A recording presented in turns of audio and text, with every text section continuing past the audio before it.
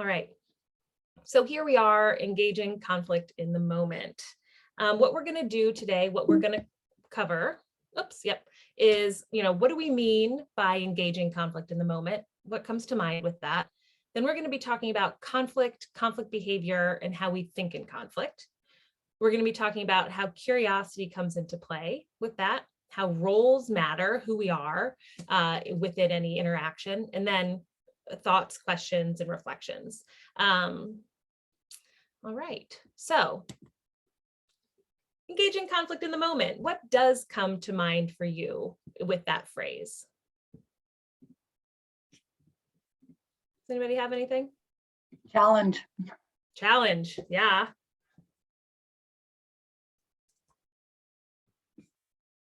Confrontation. Mm-hmm. Being caught off guard. Interesting.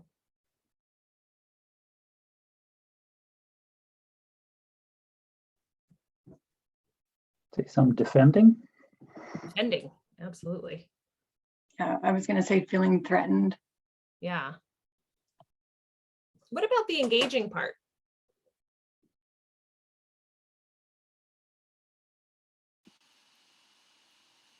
For me, it's not putting it off, but dealing with it when it surfaces. Yeah, dealing with it, right? How do we actually confront conflict in a way that doesn't lead to detrimental outcomes, or a broken, fractured relationship, but can actually kind of use the threats, the confrontation, the conflict in a way that moves us forward, right? It might set us back for a moment, but will ultimately move us forward by revealing kind of things that are important. So when I think of engaging conflict in the moment, I think of exactly what you all have been thinking about. It's, that argument, the confrontation, facing something that we don't like, perhaps all of the sudden, but what do we do about it, right? So to think about engaging conflict in the moment, I wanted to first think about conflict behavior, and then how we think in conflict. So Cheryl Picard, Neil Sargent, and Marnie Jull in 2011 wrote a paper, and they defined conflict in a way that I find really simple and useful: a threat-producing pattern of interaction. So whenever we are interacting with another person, are experiencing or interpreting the behaviors or actions of other people in a way that produces some sort of feeling of threat, some sense that I don't like this isn't going to work out for me. There's a future that I do not want to come to pass, and that is characterizing our interaction. And this can be, right in the moment. It can be over a long period of time. You can stew or you can react, but it's this threat-producing pattern of interaction. And the thing that I really love about this, how simple it is that it helps us draw out those elements of conflict. And really, the elements of conflict that I believe are most useful in engaging conflict are conflict behaviors. John, I see your hand. I was just looking at this. I was just wondering, is that threat in the eyes of the person who is creating the conflict, or in the eyes of the person who's sort of receiving that? I guess in this context, the angry behavior. Mm-hmm. Well, so I think it's both, right? So if it's an interaction, and sometimes we talk a bit about this as attack, defend, attack. So if you're coming at me saying, Megan, this is the 15th time I've asked you to unload the dishwasher and you still haven't done it, I might be like, what? I didn't hear you so there's a sense of threat coming from you that I haven't fulfilled my obligation in some way. And there's a sense of threat. It generates a sense of threat in me where I feel like, what do you mean? I didn't hear you ask me before. You think I'm somebody who doesn't fulfill my responsibilities, right? So, and then I might respond like that. Who do you think you are, John? Right? And then that defense of my threat generates a threat in you. and you respond. So my response feels like an attack. My response is a defend response against threat.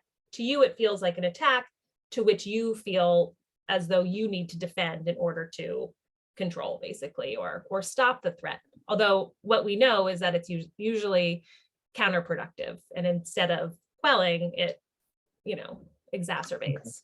I was just thinking at times what you may perceive as a threat, someone else may not perceive as a threat. And I'm just thinking, by this definition, do you have a conflict? Mhm. You're absolutely right. You're absolutely right.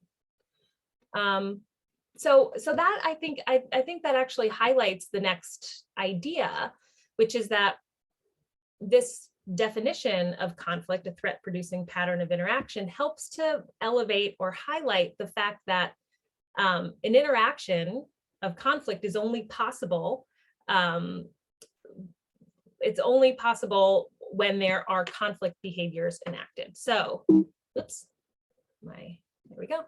Okay, so conflict is made possible, that interaction of conflict, attack, defend, attack, is made possible by conflict behaviors, which are the things people do in conflict that generates that conflict interaction. When we can think about conflict in terms of behaviors, then we can begin to break them down into their building blocks, into their pieces. And those pieces are really rooted in our process of decision making. So this is where the loop comes in. And many of you have had some teaching on the loop and understand it well. For others, essentially, this is what it comes down to. Anything that we do, every action we take, is rooted in a decision. We might not be very cognizant that we are deciding. We might feel like we're just acting and there isn't a whole lot of thought behind it. And often in conflict, that's the way it feels. We're just reacting. But there's a process to our decision making. And we make decisions in response to feelings about something that we've interpreted to be true. In conflict, our decisions are intended to defend in response to feelings of threat. And feeling we often call valuing, which is, how is this significant to us? When John is telling me to empty the dishwasher, I'm interpreting that. And then I'm valuing it. And as I'm valuing it, I'm discerning some sort of significance in that tirade, right? And I find it threatening to me because and this is all just hypothetical, but because I feel like he's misunderstanding who I am at my core. I'm not somebody who abdicates my responsibilities. And so in response, to show him that's not who I am, I defend.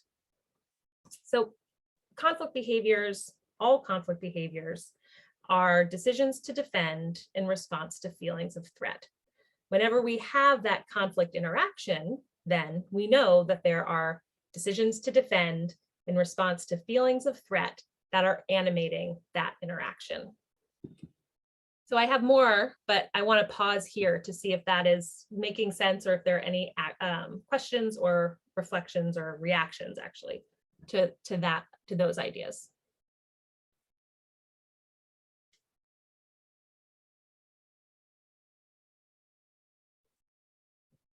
Tasha, did you hold your hand up? Okay. All right. So, threat. In Insight, we talk about 4 types of threat. Often, we think of threat as bodily harm, right? But in conflict and threats that animate decisions to defend come in at least 4 different types. And these types have been identified by paying attention to what is at stake when we're in conflict. So and there's always an open invitation to others to continue to think through, in conflict, when you feel threatened, what is threatened, and does it fit into one of these types, or is there another type that is still yet to be discovered? But in any case, the 4 that have been identified are personal threat, it's when our sense of self is at stake. So if somebody feeling misunderstood, feeling disrespected, feeling as though maybe I'm belittled or not taken seriously, those can be personal threats when really your sense of self feels diminished or at stake. Practical threat is when something we care about or need to make our life function or want to achieve is at stake. So that's like when I feel like I'm late for work, right? If I'm late for work, then maybe my boss will get mad at me and will fire me, right? That's something that I need in my life to function. So if there's a practical thing at stake, it's a practical threat. A relational threat is when our sense of how people should interact in their roles is at stake. So this might mean I expect my sister to offer me a ride home and she never does. And that's not what sisters do. So there's kind of a relational threat there. Bosses should help cultivate their employees and bring them up and make sure they're prepared for the next level, not dismiss them or belittle them or degrade them. That could be a personal threat, but also a relational threat. That's not how individuals should act with one another. And then the structural threat is when systems, our sense of the way systems are set up or functioning is at stake. So that's more structural. So an institution isn't working, or the rules are threatening, or that kind of a thing. So regardless of the kind of threat, I mean, so right now in the US, Roe v. Wade is, or Dobbs, whatever the overturning of Roe v. Wade is hugely threatening to lots of people. And in a way, that's a structural threat, right? Because we're talking about laws and systems that are preventing people from choosing, or on the other side, that are enabling people to have abortions. So personal, practical, relational, and structural are the types of threat that can really animate conflict behavior. The reason that it's interesting to identify these is that as we reflect, or as we reflect on ourselves, and as we get curious about others, we can begin to see where threats fit. Oh, this is really a personal thing for me, or really this is a relational thing. And when we can identify that, we're better positioned to come up with new possibilities for acting or solutions, right? That actually target the problem. Okay, so these are, yeah, Allison. At the risk of complicating, when Cheryl Picard introduced sort of, is this similar, but the sort of the evolution of the levels of, she called them the orders. There was a first level, second level, and a third level. Would you say this compares to that, and this is just the evolution of it, or is that going to complicate things? No. So she does, yeah. So she talks about levels in terms of, and there's definitely, so I think the first level is kind of that practical threat, right? So something that I want to achieve, and then the higher order levels are more like identity, personal, like deep rooted cultural values, or not even cultural, but values, justice. Is that right? Yeah. Yeah. So this is another way to look at that. So Okay. rather than that basically stratifying them in terms of intensity, Mm-hmm. it's just, this is a typology that it's kind of on a level playing field. There are these 4 types, and they don't really prejudge how intense one might get about it. I think they're both useful, and you can kind of use them together. And yeah. Okay, thanks. Mm-hmm. Okay. So the thing is that threat is is a special kind of emotion that we are wired, right, to defend against ultimately. And so it's interesting to understand, what's happening in our brain when we are feeling threat.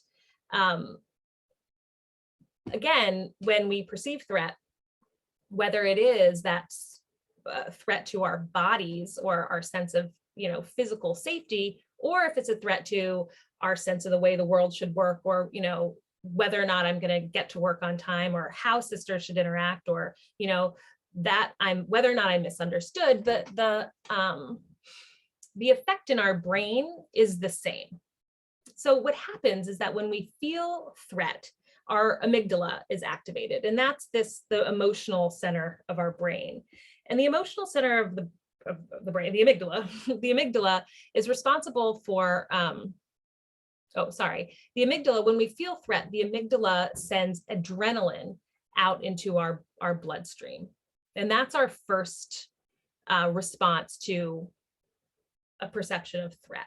And what adrenaline does is it activates those sensations that we feel. So sweaty palms, flushed cheeks, kind of pounding heart, shallow breathing, all of those sensations that we feel under threat are adrenaline is responsible for. So that kind of brings us on high alert, and it enables us to access the energy that we need to survive, right? To combat that threat. And then what happens is that, so that's the beginning of the stress response. So when the threat that we perceive is verified in other regions of our brain, or, you know, by what we see, by what we hear, by what we continue to understand, a second phase of arousal is activated and cortisol is released into our brains. So first, what's interesting about cortisol is that it keeps our amygdala contracted, right? It prevents our amygdala from relaxing, which ultimately cuts off information flow to our prefrontal cortex. And our prefrontal cortex here is the area of the brain that's responsible for critical thinking, impulse control, decision-making, all of those executive functions that might help us respond productively or constructively to conflict rather than reactively. But we're built to protect ourselves. So whether or not, like I said, whether or not it's from somebody trying to harm us physically, or from someone those emotional or personal, practical, relational, or structural threats that we might feel. So with this adrenaline and cortisol coursing through our brains, what happens is that we become certain, we become incurious, we become intent on defending. And so this stress response leads us to use conflict behavior. Okay, so to decide to defend in response to these feelings of threat. It's like the only thing we can do is defend. And again, a typology, we tend to react in ways that are fight, flight, freeze, and fawn, where fight is when we use power to protect ourselves. Flight is when we, go away, we leave, we avoid to protect ourselves from threat. Freeze is when we stop or minimize ourselves in the face of threat so that we're no longer the target. And fawn is when we ingratiate ourselves in various ways. So you might apologize or pander, and the idea isn't because you love the person, it's because you want to avoid or protect yourself from the threat that you fear.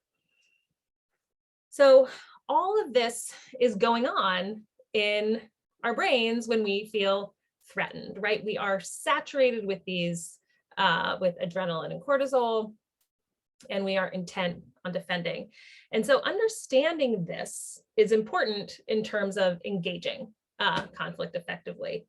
And so before I turn to what we do, I wanted to tell you a story of a conflict that I was involved in not too long ago, just to illustrate these elements of a conflict interaction and of conflict behavior specifically.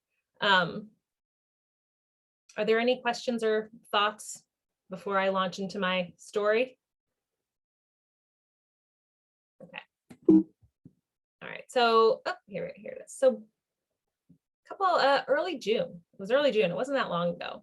This is Megan's story, my trip to Westmoreland. Okay, so I experienced all of this not too long ago. My brother So Westmoreland is this state park in Virginia. Shannon, maybe you know it. It's beautiful. It's on the Potomac, and they rent these little cabins. It's a state park. So they have these old cabins. Some of them are old, some of them are less old, but from the, you know, the Works Progress Act so back in the 30s. And we used to have a tradition of going, the whole family, so my sister, my brother, and myself and my mother, and all of our families, we would go to Westmoreland for Easter. Since COVID, we hadn't been able to do that. So my brother decided to rent these cabins for everybody for his birthday, which was the first weekend in June. So things had changed since COVID. And one of those things was that you had, in order to go, you couldn't just stay 2 nights, you actually had to rent 4 nights. So we all rented 4 nights, even though we were only staying 2. And, you know, blocked off this weekend. We were going to leave on, our reservation started on Thursday, ended on whenever, Monday, I guess.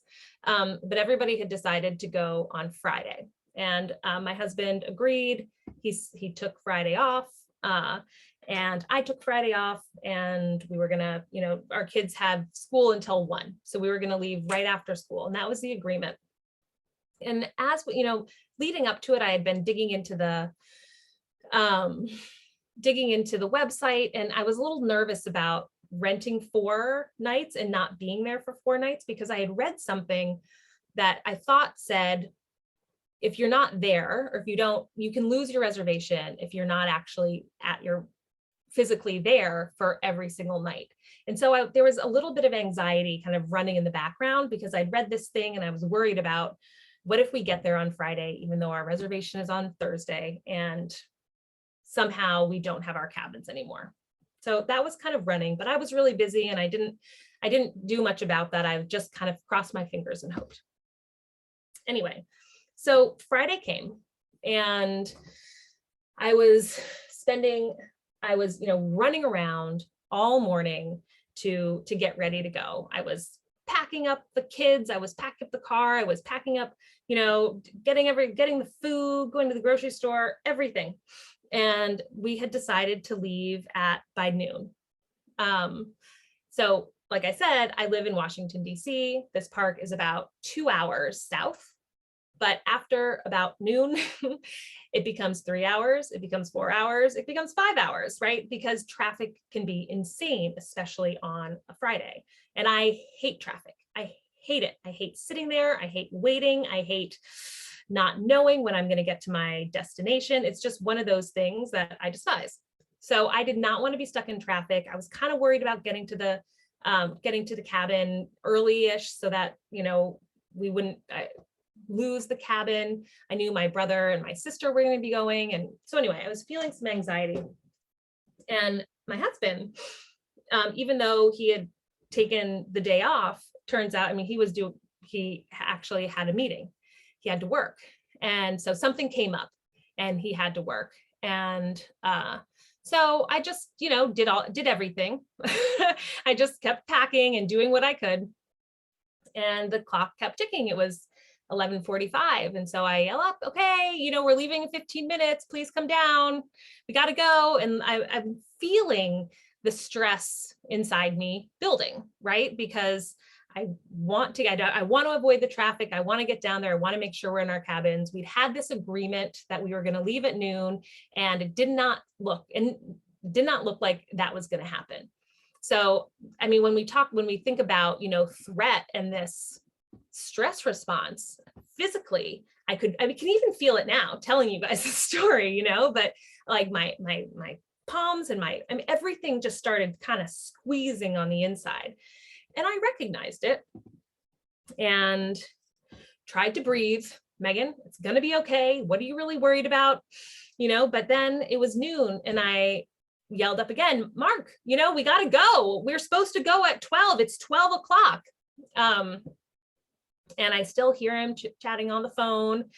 And, you know, my kids are like, Mom, it's okay, you know, but I'm feeling like I almost can't really do anything about these feelings of threat that continue to rise in me. And I'm wondering, like, what is this all about? And I'm feeling mostly that I'm starting to try to understand for myself, well, it's the traffic, it's the cabins, but it's also, Mark and I had an agreement. We were going to leave at 12. And why does he not care about what matters to me, right? I don't want to be in traffic. I want to get there on time. And that doesn't seem to matter to him, right? So there's this relational kind of threat that's bubbling up. Or does he not care about me? There's a personal threat that's coming up too, right? So all these things, personal, practical, and relational, really are starting to rise. And I'm trying, and I'm doing some work trying to understand them, but I'm still feeling elevated to the point where it's 12:30. And I go into, so he works in our bedroom because, you know, we're still pretty much home. And he's on the phone, on the Zoom, and I kind of burst into the room and stomp in to, I don't know, get some things from here or from there. And then I slam the door. And I just couldn't help it, right? So this kind of passive aggressive fight behavior to let him know that I'm pissed. It was like I couldn't not do it. And it turned out he was really mad at me because it turned out that he was talking to his boss, and there had been some crisis that happened at work, and you know, and so it was embarrassing for him that his crazy wife had walked into the room and started, you know, clanging things around and being rather childish. Anyway, so all of this was happening and leading me to basically yell up at him, to storm around, to fight. And this, for me, this was such a visceral experience of conflict and of that loss of control that we can feel when we are in conflict. And because he was working, because I didn't get any feedback from him, it was almost like it was hard to bring it under control because there was no real interaction. He was on his computer. And so with this, so right. So that was my story. I mean, it turned out that he wrapped up, we got in the car, I vented pretty strongly to him about why I was so upset with him and how wrong he was on all these levels. And eventually we ended up having a conversation about it. But I wanted to give you that to share that my actions, this conflict that was happening was really a result of my conflict behavior, right? Which was the manifestation of my decision to defend in response to these feelings of threat.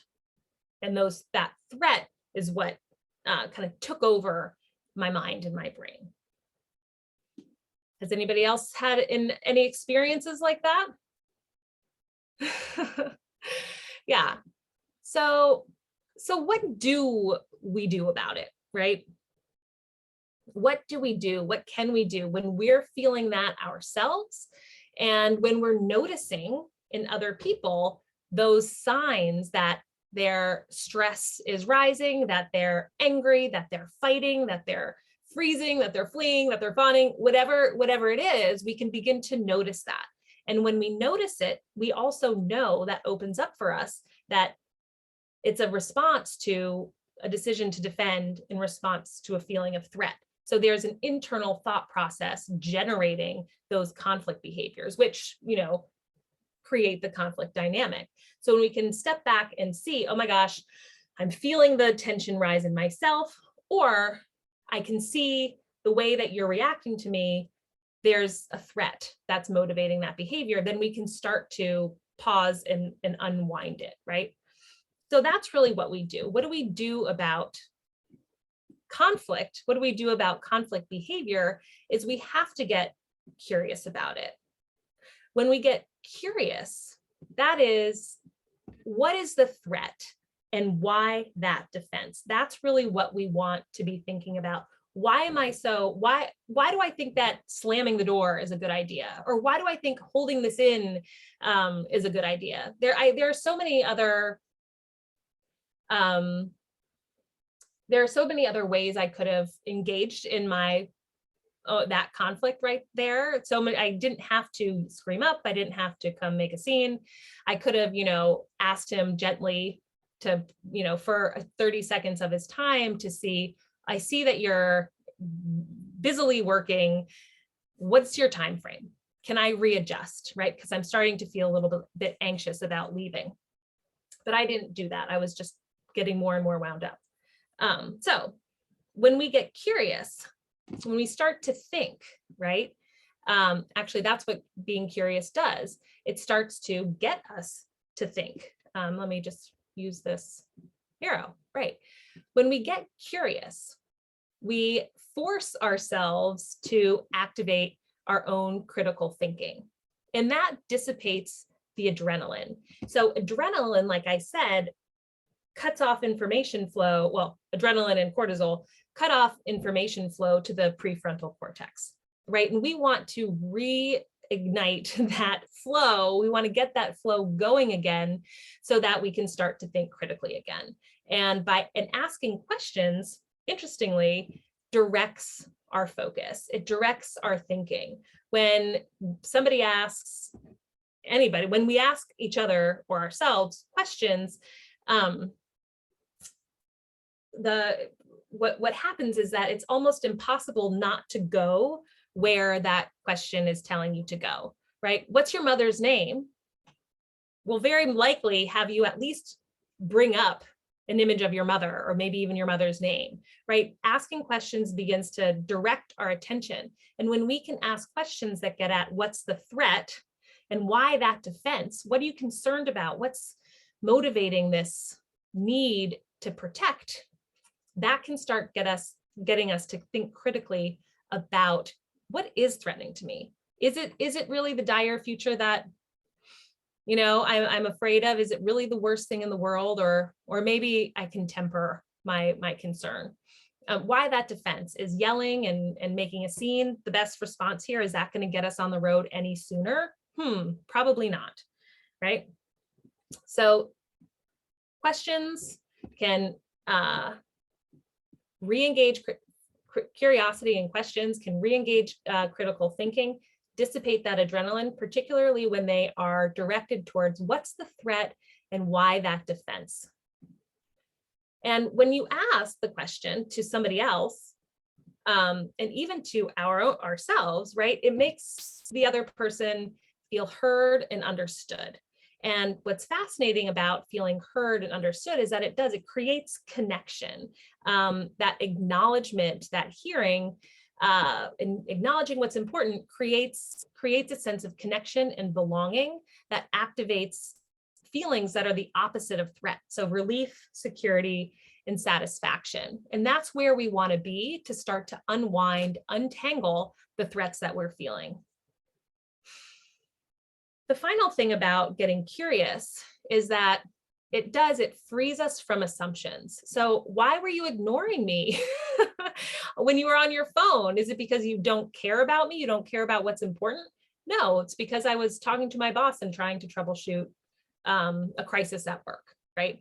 So getting curious actually makes available unknown facts that you didn't know before, that might open up the narrative that you've been telling yourself to explain what you are experiencing.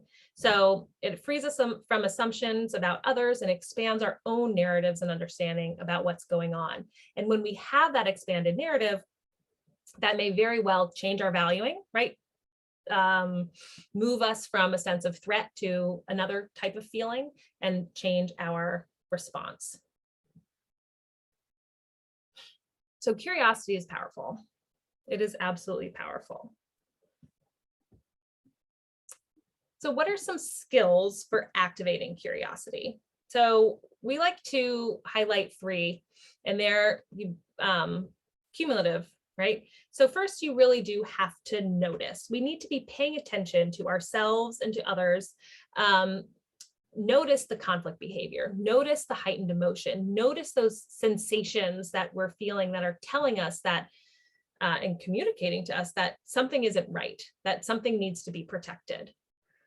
And then we want to verify what we've noticed. So we want to do this in our conversations with other people, and we want to do it with ourselves. Okay, so verifying is if you're working with another person, so do I have this right? Is this, are you telling me that you want me to empty the dishwasher, right? Or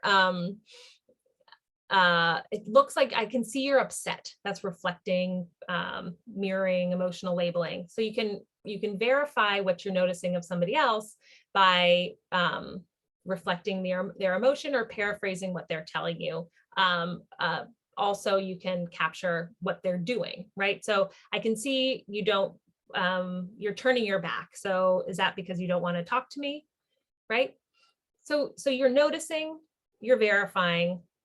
For me, in my situation, I'm feeling these intense feelings. So, wow, something is at stake. Something is concerning me about not leaving on time, right? That's how I'm verifying to myself that I'm noticing. And the final skill is to ask a curious question. So curious questions are aimed towards what's the threat or valuing and why that defense? How is that going to help? And those questions give you direct access into somebody's thought process. What's the concern? I have some questions on the next slide, but okay, so what is it, Megan? I'm feeling the sensations. I'm verifying, yes, I'm feeling anxiety about not leaving. I can ask myself, what will happen if you don't leave on time? What are you imagining is going to be the outcome? And that allows me to not just react. I probably could have been much more explosive than I was, but so that leads me to identify, well, what are my threats? What am I really concerned about? And we have those organized for ourselves, then we can, that can be the basis of a conversation with the person we're in conflict with. If we see somebody else engaging in that, then that opens up our lines of communication. I see you're upset. Yes, I'm upset. So what is upsetting? Help me understand where you're coming from in this and what's important. So those are the curious questions that get in, and let me share those questions with you. But you'll need to notice, verify, ask curious questions repeatedly. So you'll go do this over and over and over again, and it will really set the foundation for the conversation you're having that will detangle the conflict and help you move forward. But here are some of those questions. I'm happy to share this slideshow with you as well. When we want to understand the threat, we're getting into somebody's valuing. How is what's going on significant to them? Questions that you could ask: what's upsetting to you? Or if you're asking it to yourself, what's upsetting me? And it could be any emotion. What's worrying? What's concerning? What's frustrating? What's irritating? What's how is this making me feel anxious?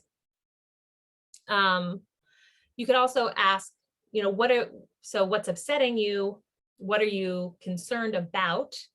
What's concerning or upsetting about that? What's important about that?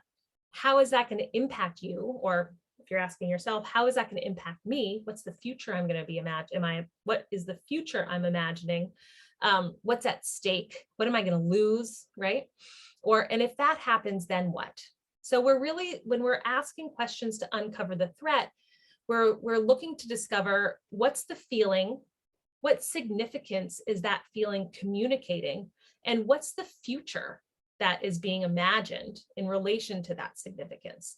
So these questions can be phrased in any kind of a way, but what we want to discover are those three things: feeling, significance, and future. And these sample questions get at that. So once we ask ourselves or others these questions for valuing, what it does to get at the threat, what it does is help us to critically reflect on the threat. so that we can start to ask, is it so? Is it necessarily threatening? Is what I think is happening going to have this impact on me? And that begins to dissipate the adrenaline. Okay, if we're half an hour later, is that what difference is that really going to make? So those are questions for valuing. Questions for deciding penetrate that conflict behavior, the decision to defend. So my conflict behavior of, making a scene, like slamming things around in my bedroom, right? That's conflict behavior. I decided to do that. And I decided to do that without a whole lot of reflection, right? It was a protection. I wanted to show that I was angry and that it was that he had to get off the phone now, or off the Zoom now. That was my intention, right? Get off the phone. I'm mad. We have to go. But I wasn't thinking about that. So, but we can get curious about it. I could get curious about it. He could get curious about it. We could get curious about it. And to do that, you'd ask, well, what will happen if you, okay, so, yeah, what would happen if you slammed around in the room? What makes you want to do that? What difference will doing that make? What will doing that change? How will doing that make things better? What makes that the best thing to do? Because when we start to critically think on those questions, then we'll realize that usually our decisions to defend or our conflict behaviors are not satisfying our valuing. They're not really protecting ourselves from whatever it is that we're fearing, right? Doesn't really get rid of the threat. It usually exacerbates the threat. So we can start to think, wow, is that the best choice? Is that really going to help me out? Probably not. And then we can start to generate different options for achieving our goals in the moment. The last thing I want to share is that roles absolutely matter. And roles are who we are in our interaction. So in my interaction with Mark, with my husband, I was occupying the role of wife. I was also occupying the role of like parent, leader, co-leader of the family, getting everything ready to go. I was occupying a role of extended family member, feeling like I had a responsibility to be at the cabins. I was playing the role of driver who didn't want to be in a bunch of traffic or contribute to that traffic. So there are a whole lot of roles that I was occupying in that situation. But in relation to Mark, I was primarily his spouse, right? And so those threats that rose in me that were the most salient were, he doesn't care, were relational and personal. He doesn't care about me. And husbands should take into consideration what matters to their spouses. And those were really the ones that were the most salient. And I think what I say here, who you are in an encounter shapes your capacity for curiosity. I think that's just something to reflect on. When we're in conflict with certain people in certain roles, they might be very, very difficult to get curious about. It might be really hard to untangle. When maybe you're less involved, maybe in a professional role, as a customer, perhaps it might be easier to engage effectively when there's less intimacy.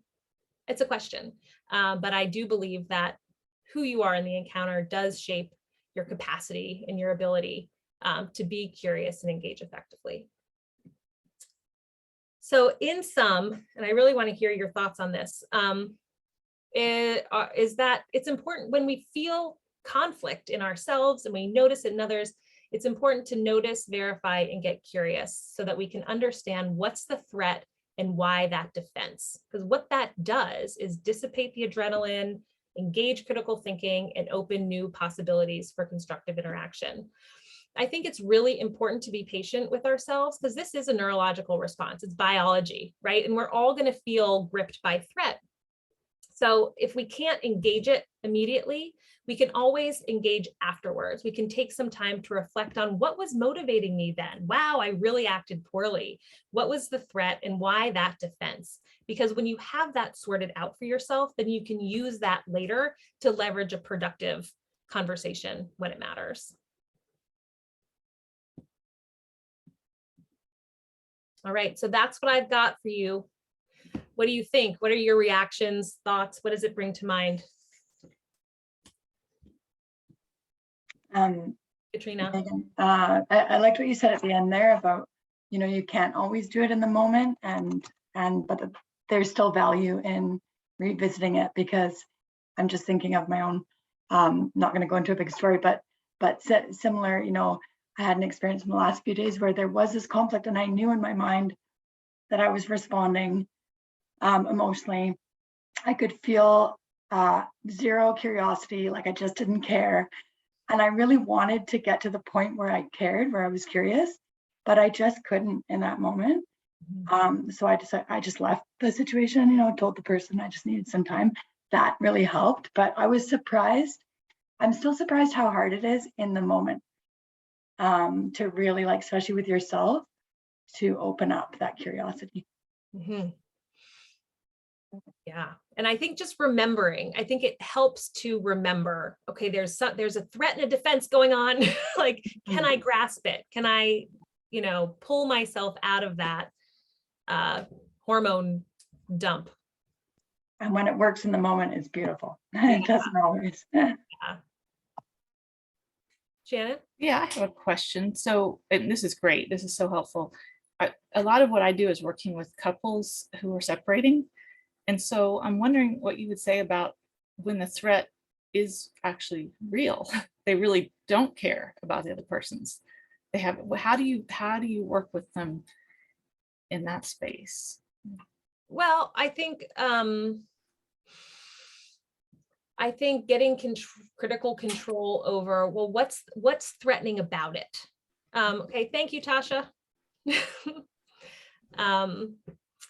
What's threatening about that? What future are you imagining in which not being cared about in the way that you hope for, or would expect? What is that like? What are you seeing? Because when we start to envision that, then we can do that testing of it. Is that really so bad? Will it actually be like that? And start to generate that critical thinking around those dire futures that we're imagining. Thank you. That's helpful.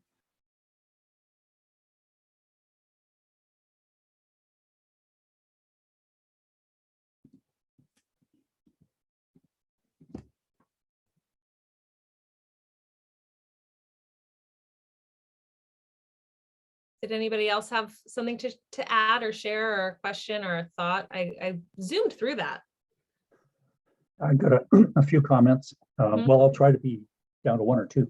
I think the point of how do we in the moment become conscious enough so that we can become curious is something that I know we don't have time to cover today, but it's something that I think the model could pay some attention to. Because when we're hijacked by our amygdala, it's hard. So I think there are techniques, there are ways of stepping into consciousness so as to be curious. And I think that ties in very much to listening to self as well as other. And before getting into curious questions is acknowledging emotion. Yeah. So that people are heard. I can really see that you're upset, honey. You are really angry. I know in policing that if you didn't acknowledge emotion, you didn't have the person. You had to connect with them. You had to have a human connection. And that usually started with some sort of listening skills. And then when that, and it really, I think, brings us into attachment theory. Like Gordon Neufeld says, no one will do the bidding of another to whom they are not attached. I think it's really important to consciously attach with self and then with other, so that you can actually get into curiosity. Mhm. And that the other thought there was, yes, roles really shape our capacity. I found as a police officer, I could have conversations because I wasn't triggered. I knew it wasn't personal. And so I could act in a less reactive manner. I was just in a role. It was a conflict directed at me as a blue person in a blue uniform, and it had nothing to do with me personally. So I could acknowledge the feelings, I could ask the questions, what's going on, and so forth. So I know within an hour we can only put so much, and I think you've done a great job doing that. But I think there are other conversations to deepen parts of it that would be valuable too. Yes, absolutely, absolutely. And I think that acknowledgement piece, the listening piece, are so important. Absolutely. Yeah. I'll just say real quick that, I've been taking classes with Jacinta for almost 2 years through the whole COVID time. And for some reason, listening to you today, you said a lot of the things she's been teaching, but just slightly differently than her. And it worked better in my brain. I mean, I felt like I understood more of what I've learned by hearing you say it just a slightly different way. So I'm very appreciative. I got a lot out of just this 1 hour. Oh, I'm so glad. And I'm happy to share, I'll share the recording if you want to go back, and I'm happy to share these slides as well, if they'll be helpful for anybody. So good. Thank you, Chris. Mhm. If I could just add to Chris's comment, and Megan did the introduction in the summit, the previous one, and I felt the same with how she introduced and framed the insight approach. So if that's on video too, it's lovely. It really frames in a particular way that a lot of people thought, oh, like I get it now, because you're using different examples, different ways of looking at it. So Megan, it was wonderful. Great, thank you. And yeah, that's on YouTube, so I can also share that.